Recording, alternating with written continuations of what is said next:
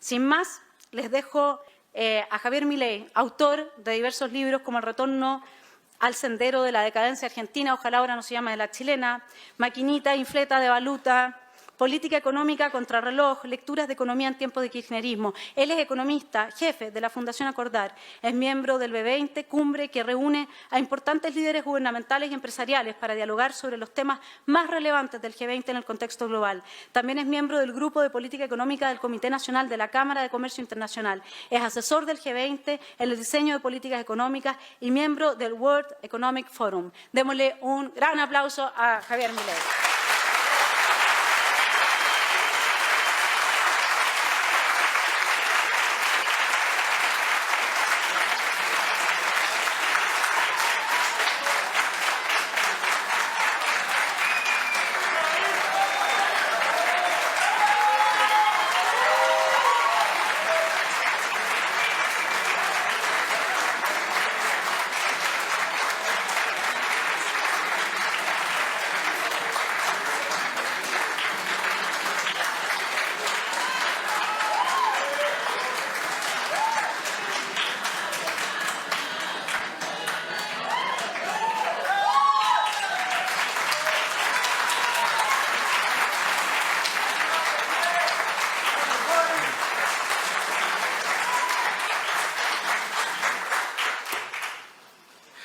Bueno, a seguir disfrutando tanto error tipo 2.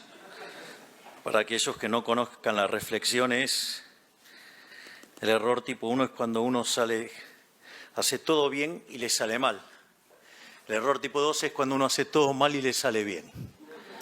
La verdad es que disfrutar de estas situaciones en un continente tan socialista, digo porque los rojos están por todos lados, así es que no tienen el monopolio, por decirlo de alguna manera. En primer lugar, deseo agradecer al Partido Libertario y al Centro de Estudios Libertarios por esta nueva visita que tengo la posibilidad de hacer acá a Chile. Además, me llena de orgullo estar en este lugar donde se inició el milagro chileno, el milagro que causó admiración en todo el mundo. Por eso también es un honor tremendo tenerlo a Rolf Luders, a Juan Aristía, digamos, parte de esa generación llamada los Chicago Boys, que alumbraron al mundo con el camino de la libertad.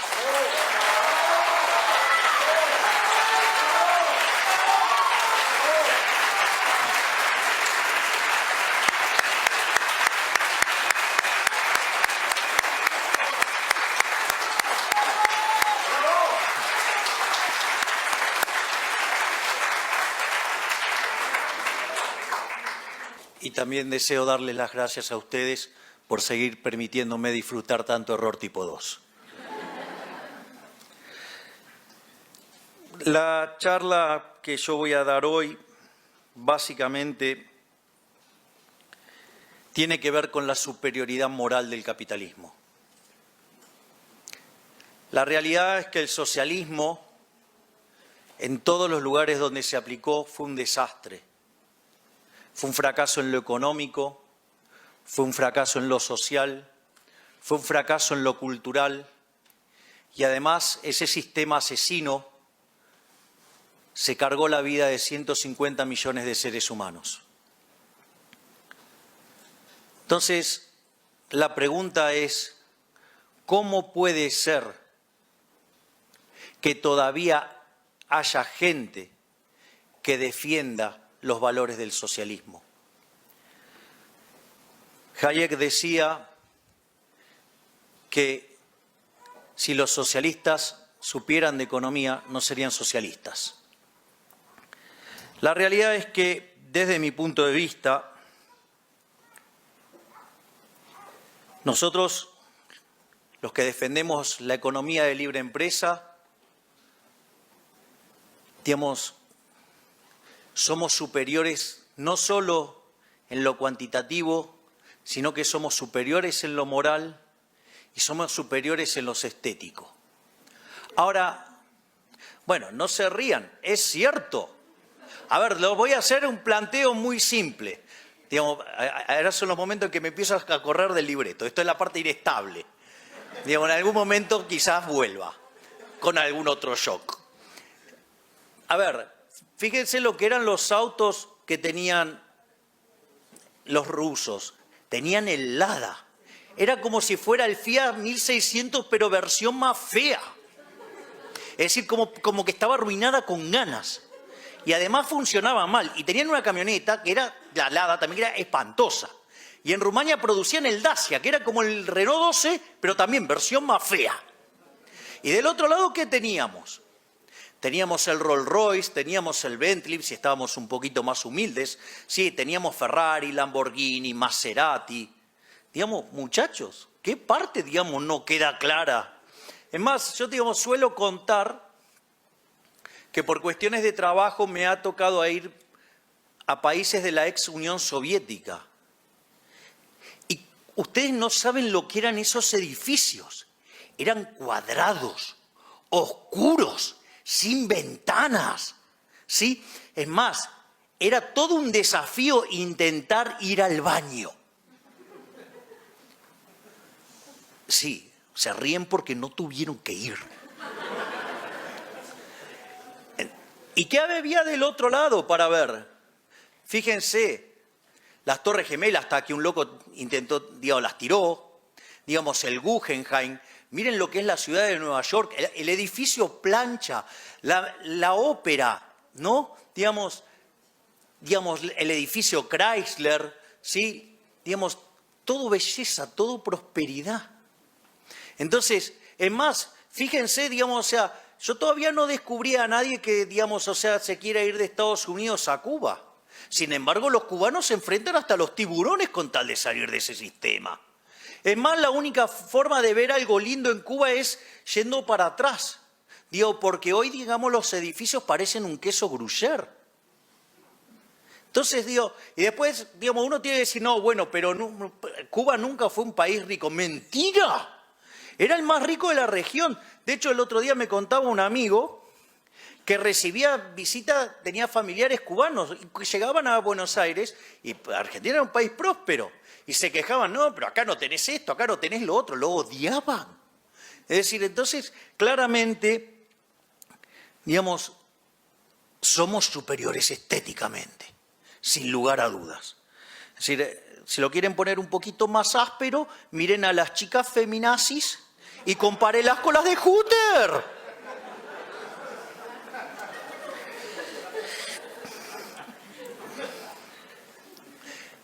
Y también, digamos, somos superiores en lo productivo. Es decir, aquellos países que son más libres son 8 veces más ricos que los que son reprimidos. El decil más bajo de la distribución en el país libre vive 11 veces mejor que su equivalente en el país reprimido. Es decir, que además tenemos una distribución del ingreso más igualitaria. Es más, y esto es el dato probablemente más importante al momento de discutir ciertas cuestiones. El ciudadano que vive en el decil más bajo del país libre tiene el doble de ingreso per cápita que el ingreso promedio del país reprimido.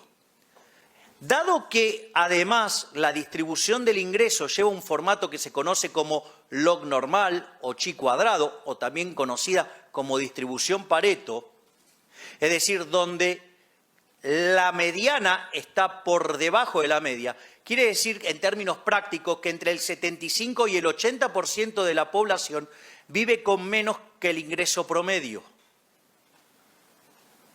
Esto significa que aún aquel que vive en el decil más bajo del país libre está mejor que el 90% de la población del país reprimido. O puesto más amigablemente, es mejor ser cola de león que cabeza de ratón. Pero, ¿qué pretenden si los ratones no piensan? Es decir, Ayn Rand tenía una frase fabulosa que decía: ustedes no pueden obligar a la gente a vivir en el paraíso capitalista si la gente quiere vivir en el chiquero inmundo de los comunistas. Consecuentemente, el argumento central es: ¿pero cómo puede ser que entonces nos ganaron? ¿Por qué nos ganaron la batalla cultural? Y nos ganaron la batalla cultural porque en el centro del análisis pusieron la desigualdad. Ellos se arrogan ser un sistema más justo. Y eso fue lo que prendió en la población. Entonces, lo que yo voy a hacer en esta presentación es demostrar que eso es falso. Voy a demostrar que además el capitalismo es el único sistema justo y que es superior moralmente, porque los valores subyacentes en el liberalismo son superiores a los del socialismo. Y el eje central para llegar a esto, en el fondo, es muy importante la cuestión de los valores. ¿Por qué? Porque los valores son los que terminan definiendo las instituciones. Y esas instituciones son las que terminan denotando hacia dónde se va a mover la economía. ¿Quieren un buen ejemplo? El país con forma de bife, o sea, de donde yo vengo. Argentina terminó el siglo XIX con el PBI per cápita más alto del mundo. A partir de 1928 comenzó a abrazar paulatinamente las ideas del socialismo. Hoy Argentina está a 70 y va camino a seguir empeorando. Por lo tanto, una de las cosas que nos hemos dado cuenta es que el eje central es moral y que además el único sistema con buenos valores morales es el capitalismo y que eso conlleva a un conjunto de instituciones que permite el progreso. Entonces, ¿a dónde va a terminar toda esta discusión? En comprender la teoría de la distribución. El eje central de mi presentación tiene que ver con la teoría de la distribución. Porque cuando uno comprende la lógica de la teoría de la distribución, en el fondo lo que va a estar contrastando es el fundamento teórico de las dos visiones, que es la teoría objetiva del valor, es decir, la teoría valor-trabajo sobre la que trabajan los socialistas. Bueno, esto de trabaja es una metáfora. No sé si los socialistas odian más al agua, ¿sí?, o al trabajo. Y por otro lado, digamos, la economía de mercado sustentada en la teoría subjetiva del valor. Y cuando uno llega a comprender eso, va a poder derivar cuáles son los valores morales. Entonces va a descubrir que toda la teoría del socialismo se apoya sobre un error teórico. Y que cuando ustedes le pegan a eso, se cae como un castillo de naipes. Por lo tanto, en la presentación voy a hacer una introducción sobre lo que tiene que ver la teoría valor-trabajo y cómo ello deriva en la teoría de la explotación. Después voy a abordar la teoría subjetiva del valor y cómo ello deriva en otra forma de mirar la distribución del ingreso y después ir sobre el problema de la desigualdad. Lo primero que tenemos que entender es que En el caso, digamos, que se fundamenta la teoría de la explotación, es porque parte de una teoría del valor objetiva, que es la teoría del valor trabajo, y los bienes son producidos, o sea, esto yo lo digo literalmente, yo no estoy agregando nada, producidos enteramente por trabajo. ¿Sí? En este contexto, digamos, lo que ustedes van a tener es que los trabajadores no perciben, según esta teoría, el fruto total de su trabajo. Y eso se debe básicamente a las instituciones nefastas del capitalismo. Y aparece como un resultado la plusvalía. Los antecedentes, concretamente, de la teoría del valor-trabajo, arrancan con Adam Smith, en su libro Investigación sobre la naturaleza y la causa de la riqueza de las naciones, capítulo 5, y Adam Smith sostenía que el valor de un bien o servicio depende de la cantidad de trabajo incorporada y que en todo bien se utiliza trabajo para ser producido. Sin embargo, me parece que acá vale hacer una aclaración, porque lo que sostenía Adam Smith era que el factor trabajo no determina el precio de los bienes. El precio de los bienes está determinado por las condiciones de oferta y demanda, pero que en el equilibrio de largo plazo iba hacia sus costos determinados por el trabajo. Es decir, la obsesión de Adam Smith era encontrar un estado estacionario. Y en ese estado estacionario, evidentemente o lo que Mises llamaba la economía de giro uniforme, no puede haber cuasirrentas. Por lo tanto, si no hay cuasirrentas, los precios se tienen que igualar con su costo medio total. Ahora, dada la teoría valor-trabajo, entonces eso iba a converger justamente a la cantidad de trabajo. Hago esta aclaración porque desde mi punto de vista, Adam Smith fue un adelantado a su época. Adam Smith, desde mi punto de vista, vuelvo a sostenerlo, es a la economía lo que Gauss a la matemática. Es alguien que se adelantó 200 años. Es decir, él fue el que vio el crecimiento en un mundo cuya característica era que no crecía. Entonces, digamos, ¿qué puedo rescatar, digamos, de la teoría si tiene un problema tan grande como la teoría del valor-trabajo? Es esa obsesión por encontrar un estado estacionario. Lo aclaro porque algunos libertarios son muy críticos de Adam Smith a punto tal que le echan la culpa del marxismo. Para mí, hay otros autores que han hecho más daño al respecto, por ejemplo, como es el caso de David Ricardo. Porque David Ricardo dice que el valor de un bien aumentará o disminuirá conforme a la cantidad de trabajo empleada para producirlo. Pero además señala que en el ingreso total el trabajo no se lleva todo. Es decir, deja las puertas abiertas ¿a qué? Al meter el problema de la distribución, deja abierta la puerta a la teoría de la explotación. Porque si todo el valor viene determinado por el trabajo, ¿cómo puede ser que hay una parte que no se la lleva el trabajador? Pero quien terminó de darle con el clavo con todo es el señor John Stuart Mill. John Stuart Mill, básicamente, lo que hizo fue presentar un postulado que sostiene que la producción es independiente de la distribución.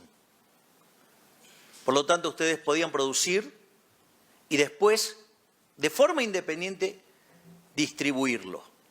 Y eso tenía lógica dentro de la teoría del valor-trabajo, porque si yo tengo una determinada cantidad de personas en la economía, con una determinada capacidad de producción, y tengo justamente la función de producción conocida, es obvio que la cantidad de producto en la economía está dada. Consecuentemente, eso está dado. Es casi como que existe una torta. Y por ende, ¿por qué hay gente que se lleva parte de la torta sin hacer nada, supuestamente? Y eso, digamos, otra de las cosas que dice bajo esta situación John Stuart Mill es que, dada esa producción, yo después la puedo distribuir como se me da la gana. Y que eso no afecta a los resultados.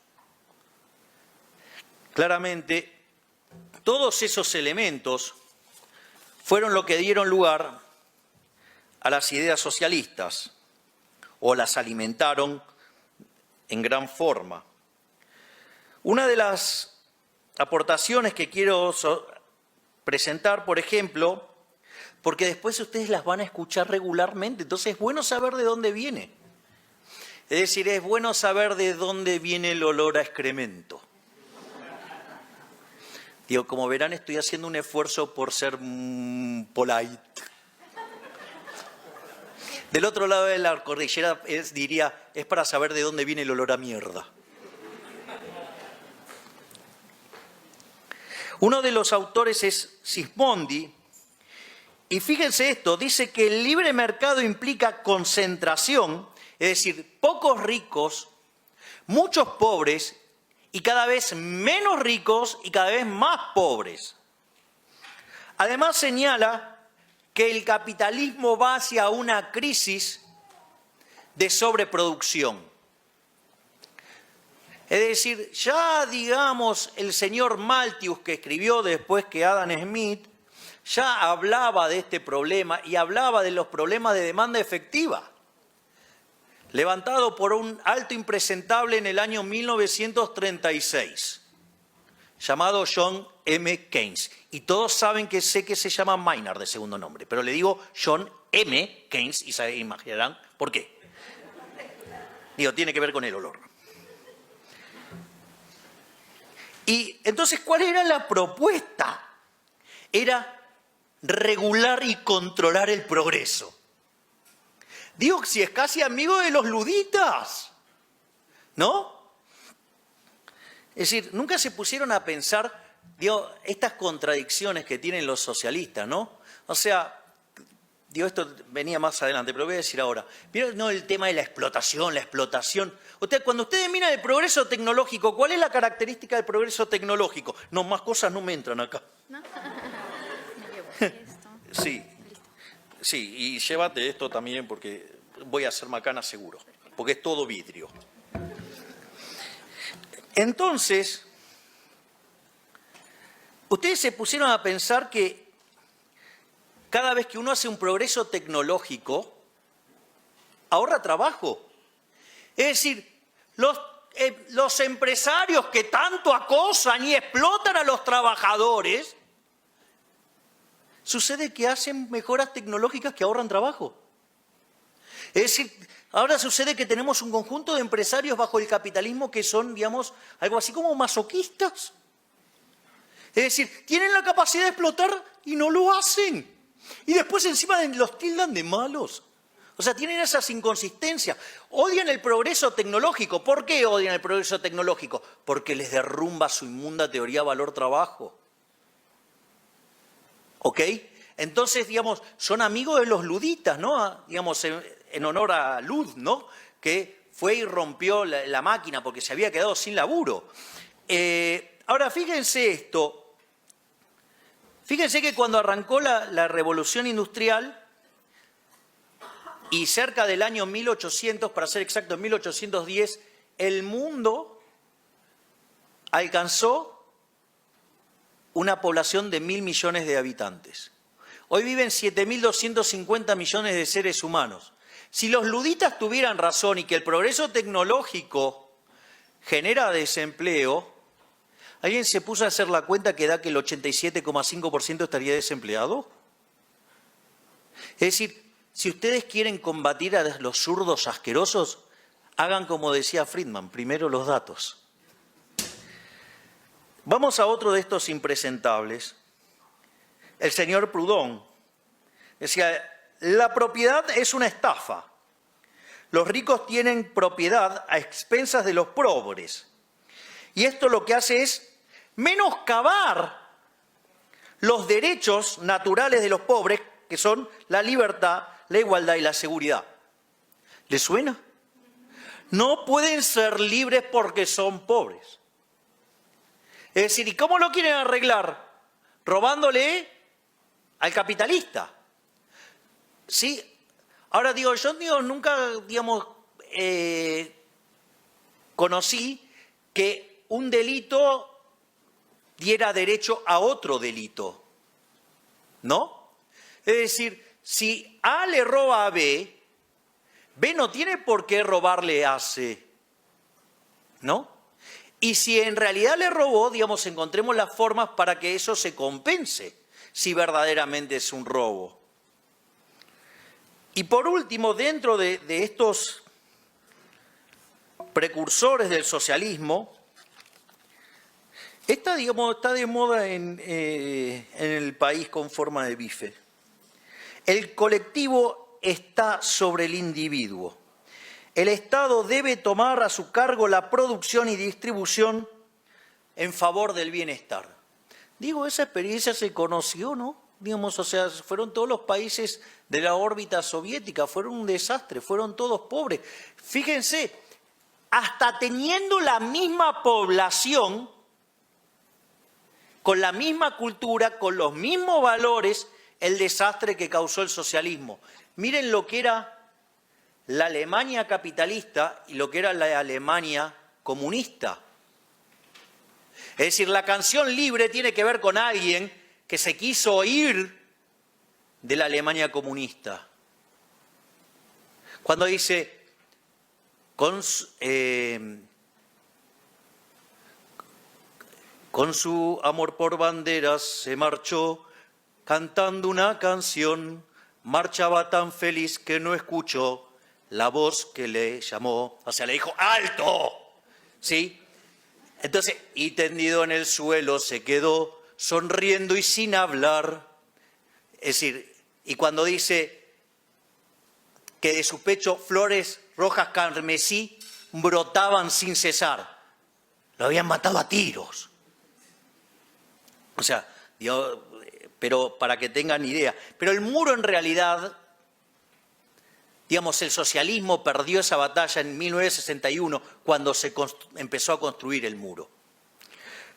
Pero, es más, en Argentina hay estúpidos que lo quisieran volver a levantar y saltar del otro lado. Por ejemplo, se llama Juan Grabois. Porque a veces le vienen acá y les invaden, ¿no? Como el señor del Caño, que vino a hacer destroz. No le alcanza con los que hace allá en Argentina, sino que exporta su servicio de hacer quilombo por todo, lugar donde exista algo bueno. Otro ejemplo, comparemos Austria con Hungría. Podemos comparar Cuba contra Panamá o contra Puerto Rico. Podemos comparar Hong Kong contra China.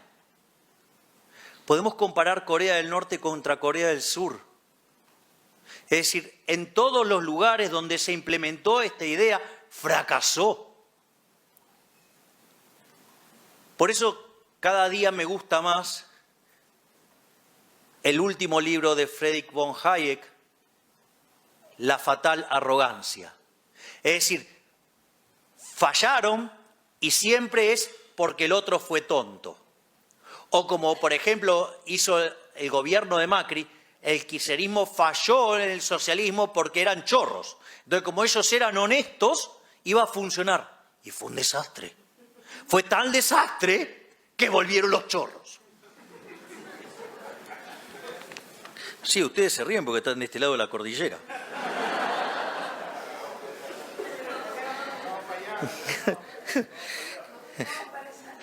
Sí, parece que los sedujo el modelo.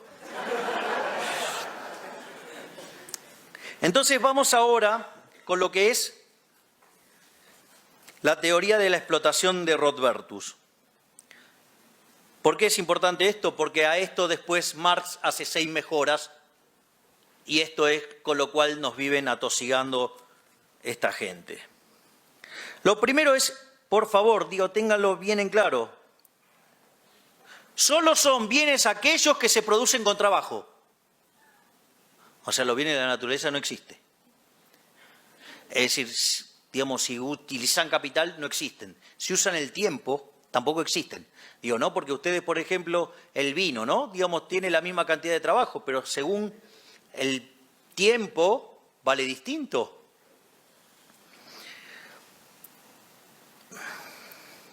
Y este es muy bueno este concepto, para lo que es esta teoría. El ingreso del dueño de la tierra es el trabajo no retribuido. Es decir, como los bienes son determinados por la cantidad de trabajo que tienen, si hay una discrepancia, llámense interés, renta, beneficio o lo que sea, eso es trabajo no retribuido. Eso es explotación. Eso es lo que después Marx llama la plusvalía. Entonces, ¿cómo ocurre esto? Básicamente porque los trabajadores son coaccionados, ¿sí?, por las instituciones para ser explotados. Cuando ustedes, les toque debatir con un zurdito empobrecedor, siempre les va a decir que los trabajadores son explotados. Entonces la pregunta es, yo lo quiero contratar a él. Es un intercambio voluntario. Entonces la pregunta es, ¿está contratado a punta de pistola? Es decir, porque nadie lo retiene si quiere que se vaya. Pero no, siguen sosteniendo el tema de la explotación. Cuando si uno hiciera esto sería un delito. Pero claro, para ellos quiere decir que están parados en las instituciones del capitalismo. Como verán, cuando ustedes empiezan a ir al corazón de todo esto, todo es un delirio. Además, los capitalistas, terratenientes, roban a los trabajadores parte de la producción. ¿Por qué? Porque el precio de los bienes viene determinado por el costo del trabajo. A esto es lo que se suma Marx, y es interesante, hay partes que las voy a saltear para ir un poco más rápido. Por ejemplo, para él, también solo son mercancías aquellas que tienen o incorporan trabajo humano. Pero eso lo hacen de manera más hábil que Rothbardus, porque entonces eso excluye a otros bienes. Él considera como commodities, y los considera, que solamente él va a analizar aquellos que se generan a partir del trabajo. Otra cuestión más que agrega Marx, y basado en Aristóteles, es que todos los intercambios son intercambios de cosas iguales. Es decir, cosas que tienen la misma cantidad de trabajo. ¿Por qué? Porque si fuera de modo distinto, alguien estaría perjudicando a otro. Si uno está aportando una determinada cantidad de unidades de trabajo y el otro le aporta otra, hay una parte que está perdiendo y hay una parte que está ganando. Entonces los intercambios son de bienes que tienen la misma cantidad de trabajo. Naturalmente la plusvalía es la parte de los ingresos que no se le paga a los trabajadores. De vuelta, el beneficio, la renta, el interés, como ustedes quieran llamarlo. Después hay otro elemento muy interesante que Marx presenta, lo que se llama el polilogismo. Que la estructura lógica de la mente depende, de las clases sociales. Es como si hubiera una lógica de pensamiento para los trabajadores, la lógica es lógica. Esto se parece a las discusiones, cuando a mí me ha tocado discutir con feministas. Entonces, sí, no es justo decirle feministas, feminazis o hembristas o femibolches, ¿sí?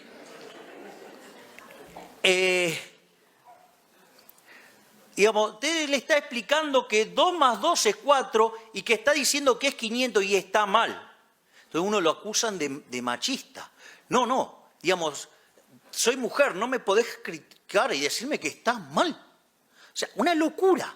Pero todo eso es que marxismo cultural. ¿Se dan cuenta? Todas estas cosas están todas relacionadas. O sea, algunos nos focalizamos en unos puntos, otros se focalizan en otra.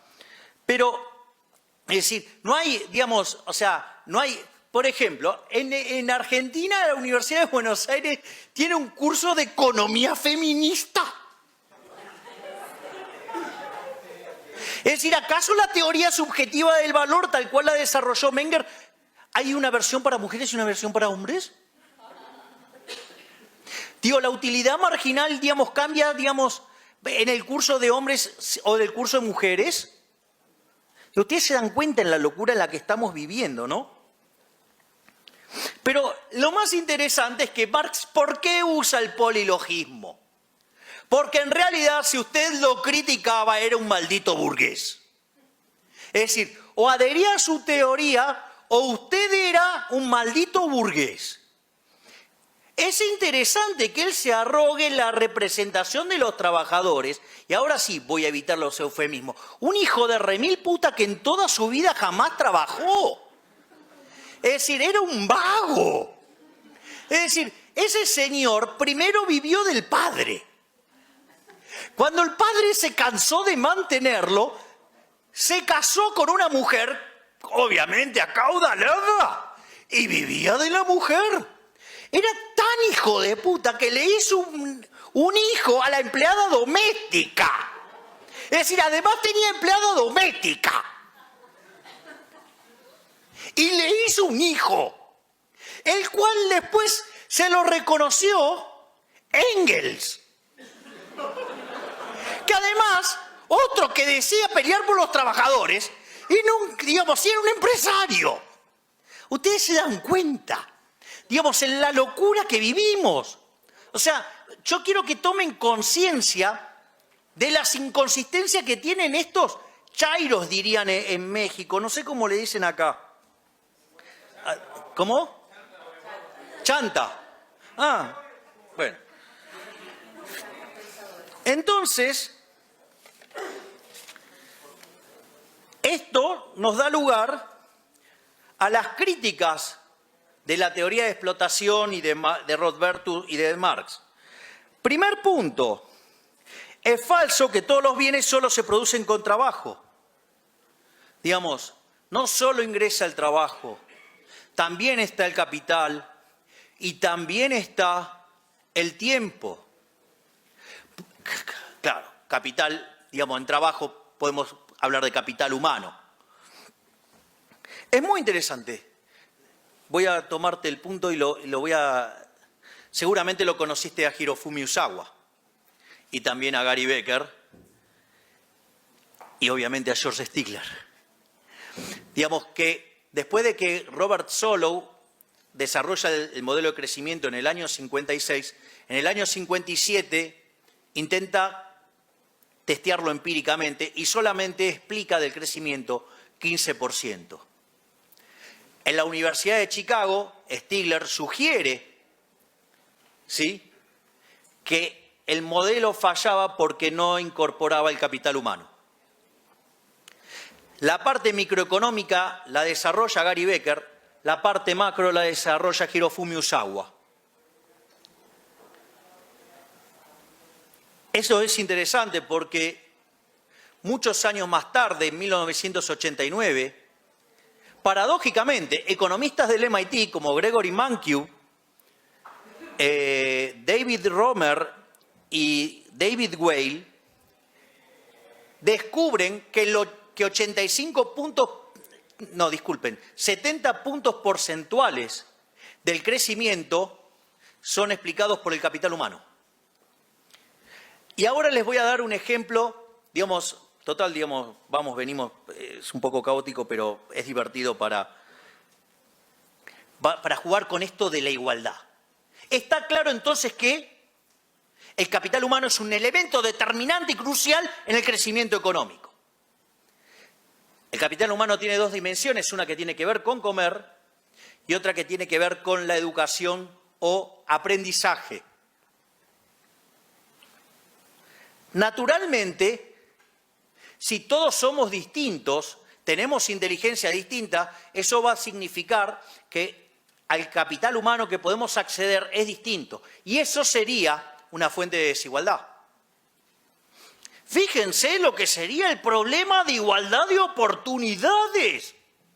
Gente que tiene distintas capacidades intelectuales.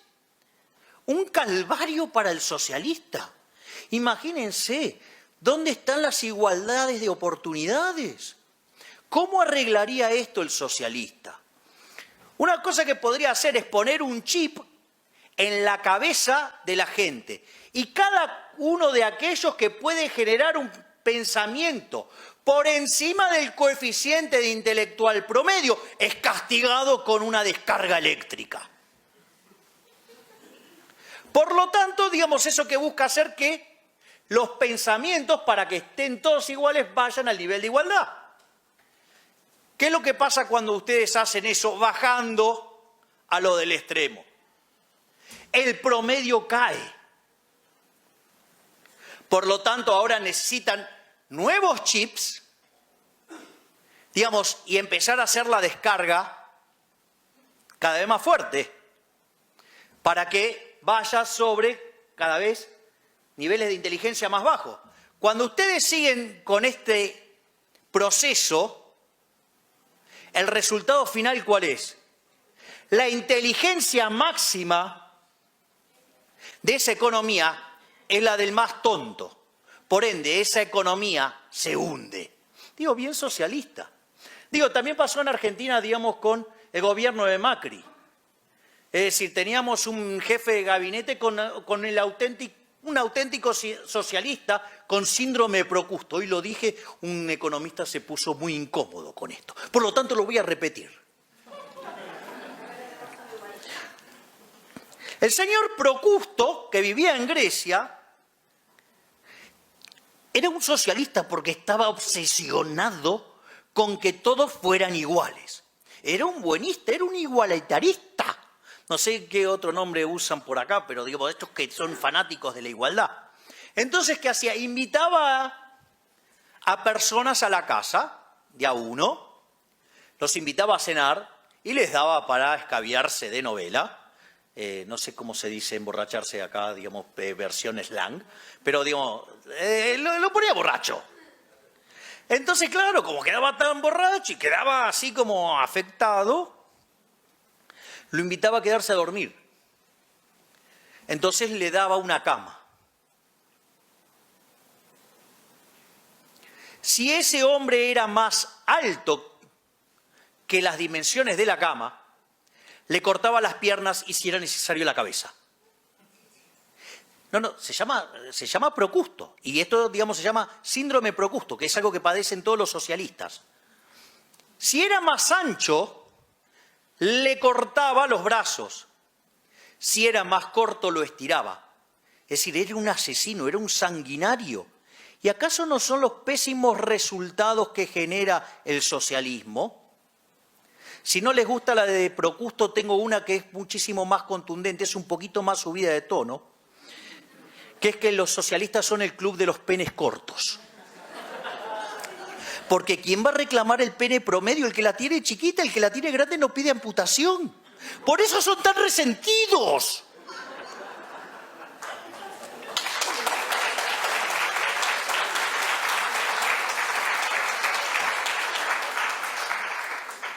También es falso que el trabajador no reciba todo el fruto de su trabajo, porque si interviene el tiempo y el proceso productivo demanda tiempo, aun cuando solamente hubiera trabajo, no puede recibir todo. ¿Por qué? Porque si quisiera eso tendría que ir a cobrar al final de la cola cuando se termina el proceso. Pero si quiere cobrar hoy, va a cobrar el valor presente.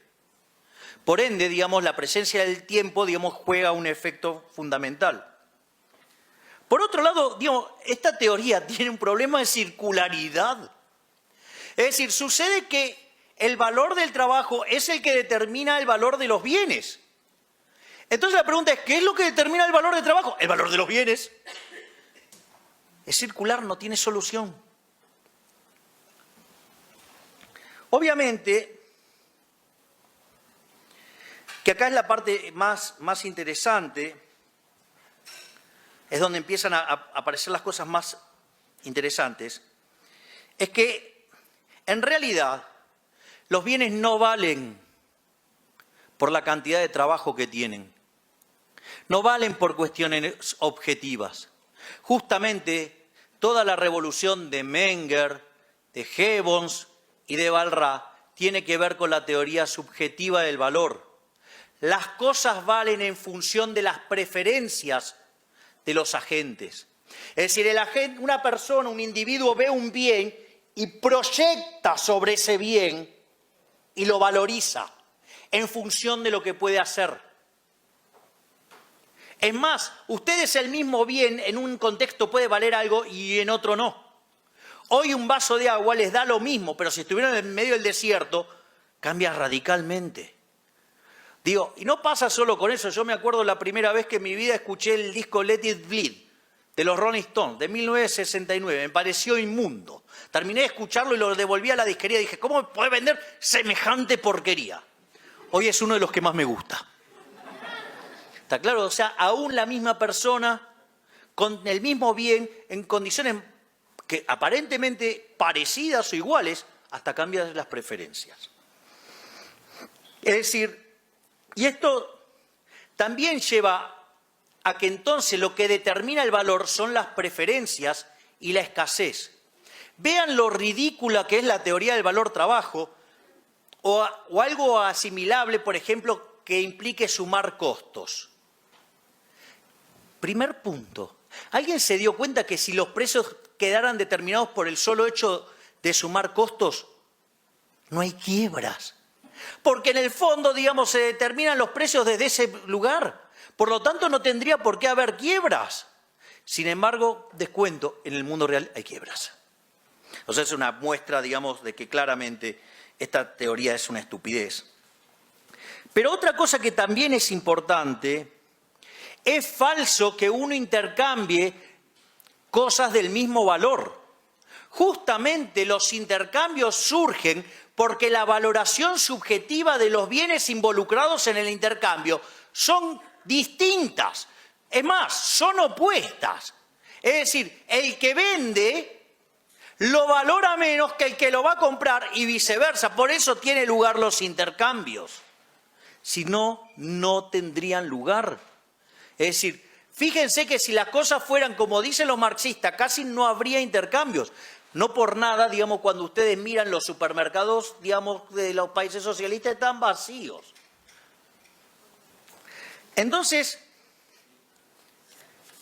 y hay otra cosa también importante y que para mí es crucial en todos estos temas, y es lo que tiene que ver con el principio de imputación de Menger. Esto es clave, es clave. Es decir, hay algunas discusiones que no deberían existir más si la gente entendiera el principio de imputación de Menger. Fíjense que en la teoría del valor trabajo, los bienes vienen dados por la suma de los costos, por decirlo de alguna manera. Entonces, no sé si, bueno, ustedes ahora no tienen inflación, pero si vieran del otro lado dirían, no, porque el problema es la cadena de valor. El problema es todo lo que ganan en el medio. Pero escúchame una cosa, si están ganando plata, ¿por qué no se dedica a hacer alguien eso entonces? ¿No? O sea, están todos viendo el negocio y nadie lo aprovecha. O sea, son todos tarados. O sea, andá y presentate a un capitalista y decirle, che, poné guita acá, mirá todo lo que rinde. ¿No? La cadena de distribución. ¿De dónde surge eso? De no entender el principio de imputación de valor. El principio de imputación de valor de Menger dice que son los precios los que determinan los costos y no al revés. Yo suelo hacer esto con un ejemplo que es, suponga que llego a una sociedad y no hay vino. Entonces descubro que me puedo llenar de guita produciendo vino. Entonces me consigo la uva, me consigo la botella, me consigo la barrica, me consigo, digamos, la etiqueta, me consigo el corcho, y como además estoy solo, le cargo un bruto margen. Estoy frente a una sociedad de abstemios. ¿Alguien puede decir qué puedo hacer, despacito, por favor, con la botella de vino? Ustedes acaban de percibir que subió el precio de la vaselina.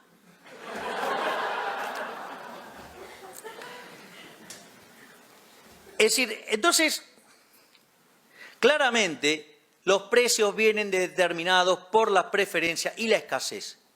Y de ello deriva, además, la retribución de los factores. Es decir, ¿qué voy a pagar para producir vino en la sociedad de abstemio? Nada. No puedo pagar nada.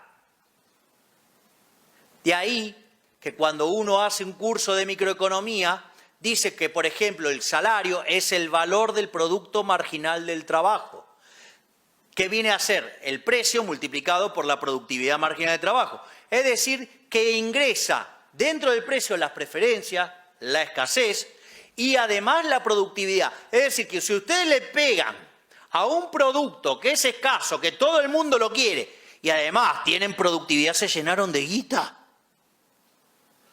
¿Se dan cuenta? Y esto no es menor, porque esto en el fondo es lo que determina cómo se genera la distribución. Entonces ahora, teniendo claro que la distribución del ingreso es un proceso que no se puede separar del proceso productivo, van juntos. Es decir, el postulado de John Stuart Mill estaba mal. Y cuando ustedes se metan con la distribución del ingreso, lo que van a hacer es afectar a los incentivos y la torta, que después vamos a ver que no es tal cosa como una torta, va a terminar siendo más chica. Entonces, para confrontar esto y para verlo con mayor claridad, planteemos el modelo alternativo, que es el modelo de libre empresa, que es el capitalismo. Es decir, ¿cuáles son las instituciones sobre las que se sostiene el capitalismo?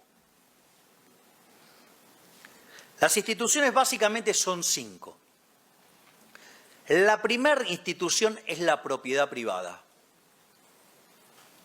Es decir, cuando ustedes van a hacer un intercambio, inexorablemente implica el intercambio de propiedad. Es decir, yo no les puedo vender ese sillón. ¿Cómo voy a valorar ese sillón si no es mío? ¿A cuánto se lo voy a vender? Y no sé, a lo que me venga bien, Dios, si total no es mío. Ahora, digamos, después en una discusión en televisión me puedo pelear porque el conductor me quita el iPad para que no pueda usar los datos. Entonces, es clave la propiedad privada para que ustedes puedan intercambiarla. Es decir, que en el fondo ustedes lo que van a encontrar es que hay 2 instituciones, por decirlo de alguna manera, una es que ustedes van a entregar la propiedad, van a entregar un bien y a cambio van a recibir algo que opera como dinero. No necesariamente tiene que ser dinero fiduciario, puede ser lo que actúe como dinero, digamos que actúe como numerario, o como lo que se llama medio de intercambio indirecto, la terminología austríaca. Entonces, cuando ustedes a cambio de ese bien reciben dinero, esa transacción histórica, se convierte ¿en qué? En una señal. Es decir, el sistema de precios es un mecanismo de transmisión de señales. Entonces el precio viaja por el sistema, entonces los agentes se van a coordinar en torno a ese precio. Algunos van a decidir ofrecer ese bien y otros van a decidir comprar ese bien. En la medida que las cantidades compradas excedan a las cantidades ofrecidas, se va a producir el efecto ajuste, es decir, subirán los precios o viceversa. Es decir, que fíjense que la propiedad privada es fundamental para determinar el funcionamiento del sistema de precios, porque eso genera la señal que coordina a los agentes y que ante divergencias entre oferta y demanda genera ajustes. Entonces ahí tienen bien claro por qué siempre el socialismo real funciona mal, porque no hay propiedad privada. Al no haber propiedad privada, ustedes no pueden tener precios y el sistema anda a la deriva. Una de las cosas que hacían en la Unión Soviética, mandaban espías a los Estados Unidos, ¿saben a qué? A relevar precios. Sí, así como lo escuchan, a relevar precios. Pero eso no tenía nada que ver con las preferencias, la tecnología y las dotaciones de los rusos. Por ende, funcionaban como para el traste. Pero eso también entonces le está marcando la imposibilidad del socialismo. La segunda institución es la existencia de mercados libres. Mercados libres significa mercados no intervenidos por el Estado. ¿Por qué? Porque cuando en el medio se mete el Estado, esa señal de precios se ensucia. Y al ensuciarse, la información que transmite no es la correcta. Por ende, genera problemas en el funcionamiento del sistema económico. Y cuanto más grande sea la intervención del Estado, peor va a funcionar el sistema de precios. En el límite, el socialismo real, con 100% de Estado, desaparece el precio como mecanismo de coordinación y eso es lo que lleva al derrumbe del socialismo. La tercera institución es la competencia, pero la competencia en el criterio de Adam Smith, no en el criterio neoclásico. La competencia en Adam Smith tenía que ver con la libre entrada y salida, no con el modelo ridículo de competencia perfecta que necesita una gran cantidad de agentes. Eso tiene que ver con un problema de cuestión de índole matemática, para después poder derivar el óptimo de Pareto. O sea, toda una gran obra del onanismo para poder hacer, digamos, demostraciones de existencia, que en rigor, si miran bien la matemática, se podrían hacer de otra manera. Fíjense que, de hecho, el propio Hayek tiene un artículo sobre la competencia y dice, el modelo de competencia perfecta es tan ridículo que no hay competencia. Si son todos price takers, entonces ¿dónde está la competencia? ¿Se dan cuenta? La cuarta institución es la división del trabajo, digamos, y es fabulosa esta, porque reconoce esencialmente, y gracias a Dios, que somos todos distintos. Entonces, yo me puedo dedicar a producir zapatos, él se puede dedicar a producir alimentos, y quien lo hace mejor relativamente se va a dedicar a eso. Entonces, yo llevaré mejores zapatos y él traerá mejor alimento. Imagínense si fuéramos todos iguales. Sería una inmundicia, porque miren si nos toca que todos sabemos hacer zapatos. Nos vamos a morir de hambre. O sea, con lo cual desaparecemos. Aparte sería súper aburrido. ¿Se imagina todos idénticamente iguales? Sería una aberración. Pero, entonces, de vuelta, aparece Procusto de vuelta. Querer igualar a los que somos naturalmente desiguales conlleva un nivel de violencia tremendo. No por nada estos sistemas se cargaron con la vida de 150 millones de seres humanos. Y lo otro es lo que se llama la cooperación social.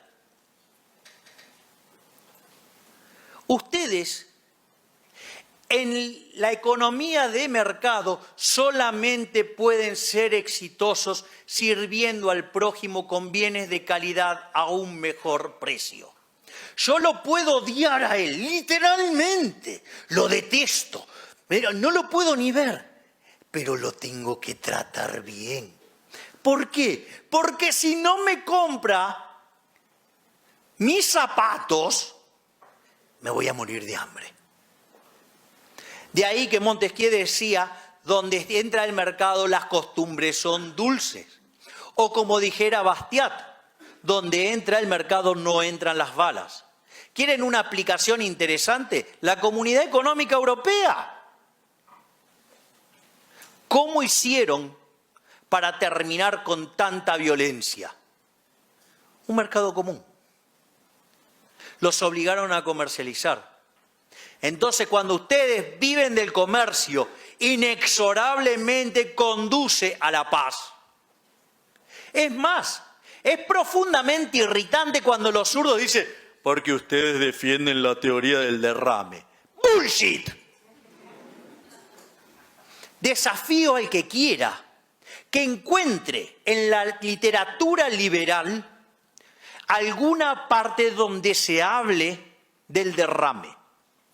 Es más, digamos, un keynesiano insolente me dijo en Kuznets, como si Kuznets fuera liberal. Pero, fíjense, no tendría sentido. Si ustedes lo miran desde el lado de la cooperación social y de los intercambios voluntarios, si hay derrame para los dos lados, porque los dos se terminan beneficiando en el intercambio, porque si no, no habría intercambio. Pero ellos no lo entienden porque piensan con la lógica de Aristóteles que solo se cambian bienes que valen lo mismo. Es decir, de vuelta, problema de la teoría objetiva del valor versus la teoría subjetiva. Y por otro lado, si lo quieren poner en términos de eficiencia, entonces miren a un empresario, les voy a decir algo, a los empresarios exitosos no se les derrama nada. ¿Saben por qué? Porque si se les derramara algo, estarían siendo no eficientes. Y si no son eficientes, puede entrar otro y vender el mismo bien a un precio más bajo o al mismo precio un bien de mejor calidad o las dos cosas. ¿Y saben qué pasa? Va a la quiebra. Por lo tanto, si el empresario es exitoso, claramente no se le derrama nada. Este es el mismo motivo por el cual la corrupción es inherente a la existencia del Estado. Porque si ustedes tienen corrupción en el sector privado, se les está derramando. Si ustedes tienen un comprador, digamos, que tiene que comprar los insumos desleal y lo está robando, quiere decir que puede venir alguien y sacarle la posición de mercado. Es decir, el propio proceso de mercado a los corruptos los va a limpiar. Sin embargo, esta situación no es igual en el Estado, porque en el Estado viven de una fuente coactiva de ingresos. Hagan las cosas bien o las hagan mal, siempre van a tener esos ingresos. Y si no les alcanza, si ustedes gastaran más de lo que le ingresa, o ajustan o terminan en la quiebra. El Estado no, les pasa la cuenta. Por lo tanto, la corrupción, además, es inherente a la existencia del Estado. En Argentina hay un escándalo de los cuadernos. Básicamente, ¿por qué? Porque se pagaban coimas para hacer obra pública. Prueba del ácido. Si la obra pública fuera cero, ¿cuánto hubieran pagado de coima? Cero. Cero. Es decir, la corrupción es inherente a la existencia del Estado. Entonces, ahora podemos también avanzar sobre la imposibilidad del socialismo. Y ahí básicamente hay dos familias de argumentos. Están los argumentos estáticos y están los argumentos dinámicos. En el paso anterior hablamos de ¿qué? Del rol de la propiedad privada y de la no intervención del Estado en un contexto de competencia, división del trabajo y cooperación social. El primer punto que tendríamos como argumento es la cantidad de información. Es decir, ustedes deberían conocer las preferencias, la tecnología y las dotaciones pasadas, presentes y futuras. Es decir, ustedes tendrían que ser omniscientes, omnipresentes y además omnipotentes. Es decir, el Estado debería ser Dios. O sea, con lo cual, en principio, es una herejía. Por ende, digamos, de ahí deriva también el argumento de Hayek de la fatal arrogancia, la pretensión del conocimiento. Digamos, ¿cómo pueden creer que pueden saber todo eso? Es imposible. Pero ustedes vieron que siempre los socialistas están con esto que siempre tienen una nueva máquina, una computadora que va a resolver todos los problemas. Es decir, nunca llega. ¿No? Digamos, a pesar de la ley de Moore, nunca llega. Miren, lo prueban en Venezuela, se arreglaba algo con la cuestión del dedo. No sé, ¿se los habrán amputado? Ah, porque seguro tenían dedos muy largos. Pero supongamos que por alguna cuestión se pudiera resolver todo ese conjunto de información. Digo, todo ese conocimiento disperso que en el accionar de los individuos en el proceso de mercado se coordinan para coordinar el sistema económico. Debe ser una de las obras más maravillosas de la existencia del ser humano. Hayek, el uso del conocimiento en la sociedad. Pero el problema es que muchos de estos conocimientos son tácitos. A ver, ¿alguien que esté debajo del 1,65 m en la sala? Bueno, ahora vamos a hacer esto. Voy a ir con vos. Y así no se me enojan las chicas. Yo voy a pedirle al señor Michael Jordan que me describa en un papel cómo volcar la pelota en el aro de básquet.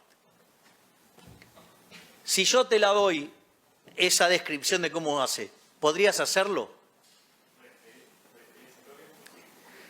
Exactamente. Es decir, mucho del conocimiento tiene que ver con el know-how o conocimiento tácito. Ustedes no lo pueden volcar en una hoja de papel para pasárselo al órgano planificador. Pero si aún así lo hicieran, porque, no sé, digamos, Jordan es un gran escritor. Digo que para ser tan buen escritor no podría haberse dedicado al básquet. Pero supongamos que es tan brillante que puede hacer las dos cosas genialmente bien. Aún así, cuando yo les pasara a todos ustedes eso, no lo van a poder hacer. Pero eso no es nada. Hay otro problema que tiene que ver con los argumentos de otra familia de argumentos que son los dinámicos. Es decir, el mercado es un proceso de descubrimiento. O sea, ustedes mañana pueden ir al mercado con el mismo bien que venían vendiendo todos los días y si cambian las preferencias se van a la quiebra. Y ahí ustedes se van a tener que rearmar. Es decir, el mercado trabaja con los precios del futuro y solamente yo le puedo mandar al planificador central los precios de ayer. Los precios de ayer son solamente registros históricos. En realidad, en la dinámica del mercado, los precios van todos los días cambiando porque es un proceso de descubrimiento. Es decir, no va a existir tal torta porque en el proceso de descubrimiento los precios de los bienes van a estar determinados en esa lógica de descubrimiento. Por lo tanto, la torta es dinámica si existiera tal torta. Es decir, el proceso es de descubrimiento y una vez que ustedes descubren esa situación, bueno, a partir de eso podrán pagar los factores y ahí saldrá la distribución del ingreso. pero que es un resultado natural del proceso de descubrimiento de mercado. Por lo tanto, no existe torta. No hay una torta que el señor mercado distribuye, porque además el mercado somos nosotros, manga de brutos, hay que decirle. No es una institución, no es una cosa así esotérica, no. Somos nosotros tomando decisiones. Eso es el mercado. Digamos que tomamos decisiones para tratar de estar mejor, donde nos valemos de los distintos medios que tenemos para conseguir los fines, Mises, el concepto de praxeología, la acción humana. Digo, ustedes en Buenos Aires, en la Universidad de Buenos Aires, llegan a hablar de Ludwig von Mises, en lugar de creer que fue el mejor economista de la historia, en la visión de algunos, ellos creen que es el 9 de Holanda. ¿Cuál es el problema? El problema radica que tengo poco tiempo. Entonces, el proceso de descubrimiento, ¿cómo es? Supongan que A tiene un desperdicio que es el bien X. Y la persona B quiere producir Y, necesita a X como insumo, pero no lo sabe. Entonces, aparece una persona, ¿sí? Y entonces se encuentra que puede comprarle a A el bien X y vendérselo al bien Y, al agente B, para que produzca el bien Y. Si ustedes se fijan, todos salieron ganando. Pero claro, es un maldito especulador. Entonces, cuando el Estado se mete en el medio, bloquea ese proceso de descubrimiento y por ende el sistema se cae. Obviamente, para poder, toda la parte que tenía que ver con la distribución del ingreso, vengo mal, pero déjenme que entonces rehaga la presentación en este mismo momento. Mire, lo primero que, digamos, viene el socialista, mire y dice, no, acá hay desigualdad. No, supone una persona gana 99, otra gana 1. ¿Cuánta desigualdad? El Rawlsiano da 99. Miren qué sociedad desigual.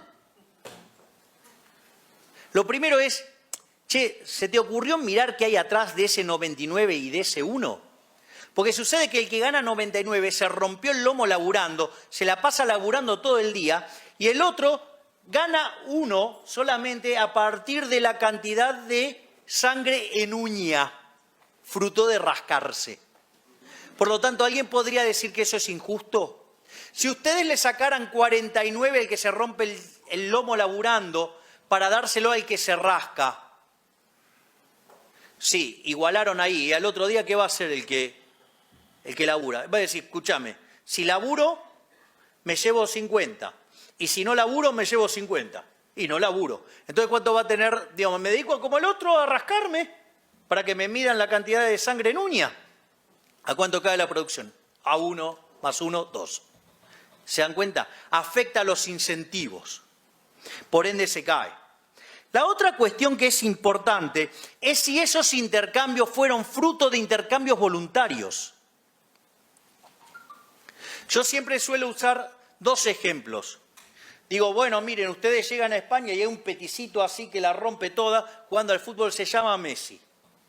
Y todos saben que aquel que lo tenga Messi va a ganar todo. Entonces todos pujan por Messi. Ahora cuando todos pujando por Messi, Messi no es boludo. Además es un héroe, porque digo, cuando puede va de impuestos.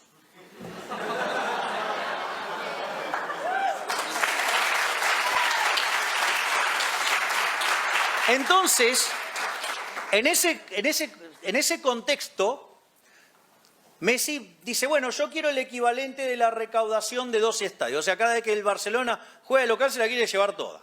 Evidentemente, entonces, ¿qué hace el Barcelona? Digamos, duplica las entradas porque los únicos que están dispuestos a pagar eso son los catalanes. Ocurre todo el campeonato, el Barcelona gana todo, digamos, o sea, los catalanes van y bailan en paños menores en Madrid, se les matan de la risa y todas esas cosas, pero no va a faltar el estúpido que diga, a ver la distribución del ingreso, y es Messi muy rico, después vienen los jugadores y los directivos del Barcelona, después vienen todos los españoles, menos los catalanes, y por último los catalanes. Dice, ¡qué desigualdad! Es más, algo debe pasar en Cataluña, que hay tanta desigualdad. Es que no entran en las cuentas las preferencias de la gente y que la gente consiguió la satisfacción de los bienes que ¿acaso los catalanes no estaban dispuestos a pagar por ver a Messi?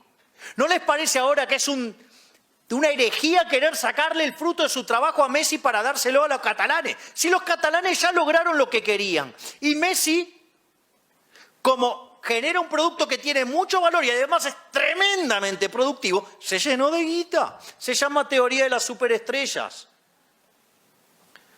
Ahora les voy a pasar otro ejemplo, porque como verán ahí, no tiene nada de malo ese resultado. Cada uno consiguió lo que quería.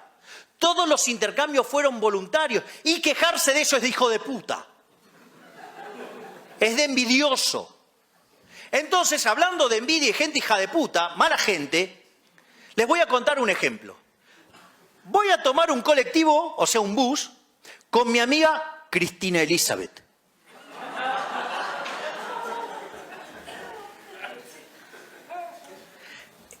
Y ella está profundamente comprometida con los pobres.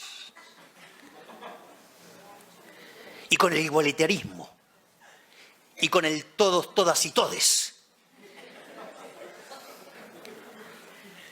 Entonces, subimos al colectivo, obviamente ella se sienta a mi izquierda, y de repente sube un señor con los bolsillos reventando de dinero. Esa situación a ella le produce un odio profundo. Dice, mirá, somos todos unos secos. Y ese tipo con todos los bolsillos reventando de dinero. A ella no le importa un carajo que esa era la plata que el señor había tomado prestado para ir y pagar la operación de los ojos del hijo que se va a quedar ciego. A ella no le importa eso. A ella le parece que toda la situación es injusta. Entonces, los colectivos suelen tener un palo así, como un bate de béisbol, que se usa para golpear los neumáticos.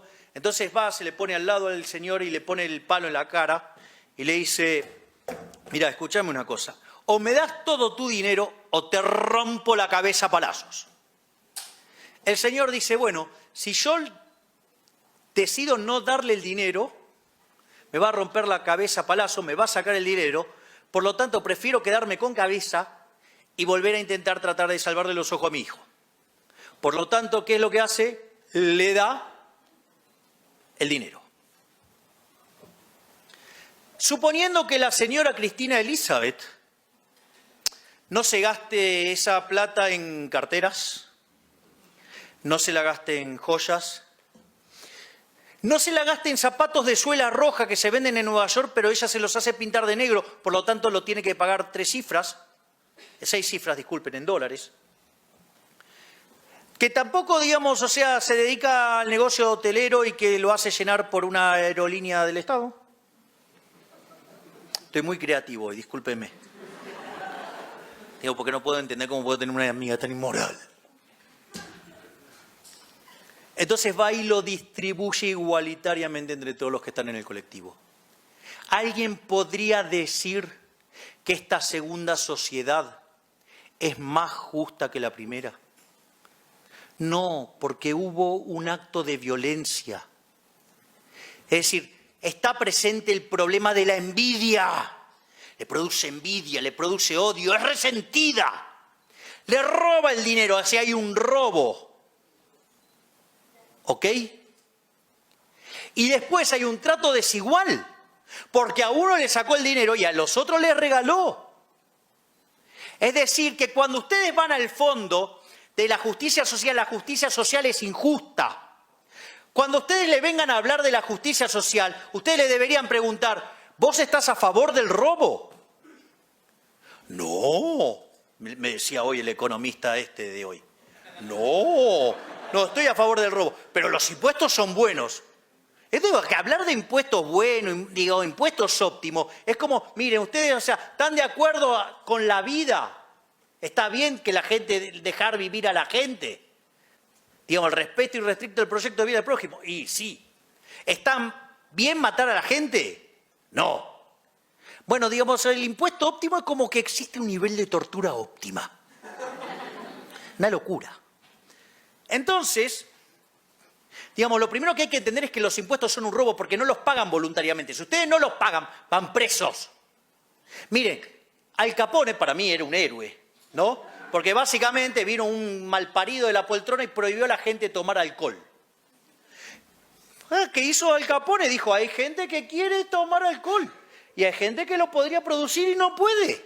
Al Capone era un trader, le compraba a los productores, daban trabajo y todo, y se lo vendía a los borrachos. O sea, era un héroe, todos mejoraban.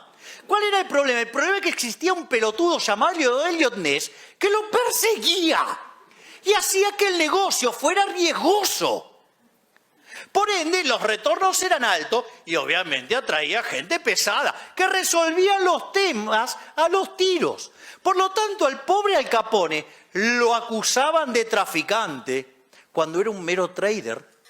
Lo acusaban de asesino cuando fue en realidad víctima de un sistema estúpido que prohibía que la gente manifestara sus preferencias. Sin embargo, no fue preso ni por asesino ni por contrabando. Fue preso por evadir impuestos. Es decir, la única vaca sagrada es el culo de los políticos. Es decir, la de ellos no se toca. La de ellos es sagrada.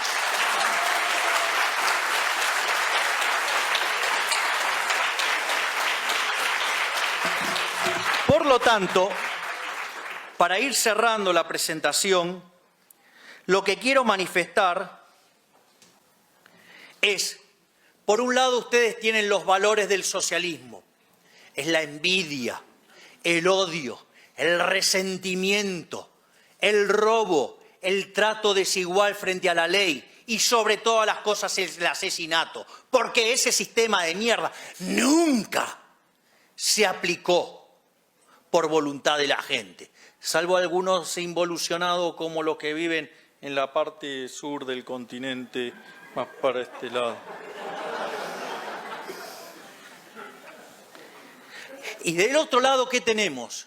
El liberalismo, el respeto irrestricto del proyecto de vida del prójimo, la propiedad privada, los intercambios voluntarios, la no intervención del Estado, la competencia, la cooperación social, la división del trabajo, la paz, la armonía, el premio al esfuerzo, donde uno solamente puede ser exitoso sirviendo al prójimo con bienes de mejor calidad a un mejor precio.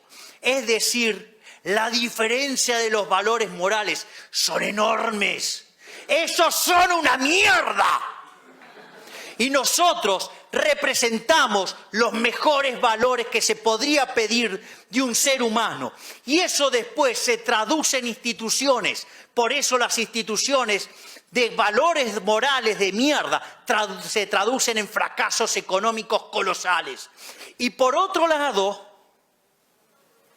esto, quien adhiere a los valores del capitalismo y del liberalismo, conduce a mejores instituciones que generan prosperidad. Pero al margen de esta cuestión que cerraría este tema, yo quiero hacer una reflexión final para aquellos que creen en Dios. Digamos, si se consideran no creyentes, pueden dejar de lado esta parte de la presentación. Pero para mí, digamos, es importante. Porque en realidad, para aquellos que crean en Dios, entenderán que el socialismo es una invención del maligno y que Dios es libertario. Ustedes imagínense si el universo no se manejara por el orden espontáneo y lo manejara un colectivista, ya hubiera desaparecido. Entonces, tenemos dos claras referencias en la Biblia sobre la malignidad del Estado, que es una obra del maligno. Una es en el Antiguo Testamento, en el libro de Samuel, capítulo 8. Samuel, sus hijos no lo seguían a él, no le interesaba seguirlo a él. Entonces, como sus hijos no lo seguían, van y el pueblo hebreo le exige que les dé un rey. Entonces, indignado con la situación, Samuel se pone a orar e intenta y habla efectivamente con Dios, y Dios le dice: por eso escuchá su reclamo, pero les harías una solemne advertencia y le explicarás cuál es el derecho del rey que reinará sobre ellos. Samuel comunica todas las palabras del Señor al pueblo que le pedía un rey, diciendo, escuchen esto porque es mundial: este será el derecho del rey que reinará sobre ustedes. Él tomará a los hijos de ustedes, los destinará a sus carros de guerra y a su caballería, y a ellos los pondrá delante. Jamás irá delante el político. Los empleará como jefes de 1050 hombres y los hará cultivar sus campos, recoger sus cosechas y fabricar sus armas de guerras y sus arneses de carros. Tomará a las hijas de ustedes como perfumistas, cocineras y panaderas. Les quitará a ustedes los mejores campos, viñedos y olivares para dárselos a sus servidores. Exigirá el diezmo de lo sembrado y las viñas para entregárselo a sus eunucos. Digo, los que viven del Estado. Les quitará sus mejores esclavos, sus bueyes y sus asnos para emplearlos en sus propios trabajos. Exigirá el diezmo de los rebaños y ustedes mismos serán sus esclavos. Es decir, es bien claro que el Estado es la invención del mal que nos va a llevar a la pobreza y a ser esclavos. Entonces usted dice, bueno, pues sale el Antiguo Testamento. ¿Qué dice el Nuevo Testamento? El Nuevo Testamento, en el libro de San Lucas, en el 4, versículo 5, dice, habla de lo que es la tercera de las tentaciones que recibe nuestro Señor Jesucristo. El maligno lo toma y se lo lleva a lo más alto de una montaña. Y le dice, si te pones de rodilla ante mí, o sea, ante él, digo, el maligno, ¿ves todos esos reinos? Te serán dados, porque ese poder me fue dado. Es decir, a confesión de parte, relevo de causa. Es decir, el propio demonio reconoce que él es el Estado y por eso en todos los lugares donde se aplicó, fracasó, fue un fracaso. Es decir, en el fondo, cada vez que se quiso aplicar el socialismo, terminamos teniendo el propio infierno en la tierra. Y por otra parte, ¿dónde estás, Fernando? Donde se aplicó el capitalismo, hubo prosperidad, hubo progreso, hubo paz.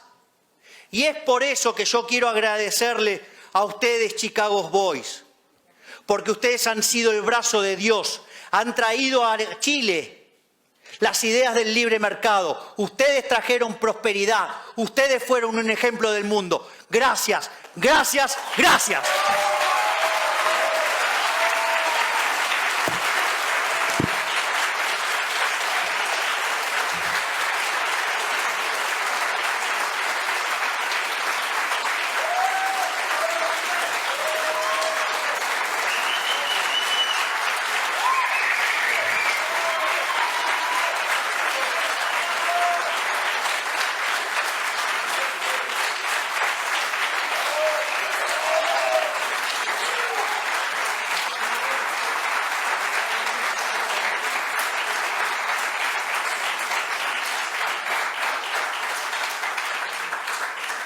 Si ustedes me permiten, no los molesto más y les dejo solo una reflexión final. Ustedes están frente a una oportunidad histórica. Y les voy a explicar por qué. Hoy anda dando vuelta un mapa de América Latina, todo pintado de azul y con dos manchas rojas. Una es Argentina y la otra mancha roja es Venezuela. Pero eso es una foto. En realidad, ustedes se encuentran frente a un momento único. El sur de Río va a venir por el modelo chileno. Es decir, y con la caída del modelo chileno, apuntan a que se caiga todo el mundo libre, con muchas restricciones, que existe en América Latina, para instalar la idea del Foro de San Pablo, de la Unión Soviética Latinoamericana. Por lo tanto, es una oportunidad histórica que ustedes tienen para defender este modelo.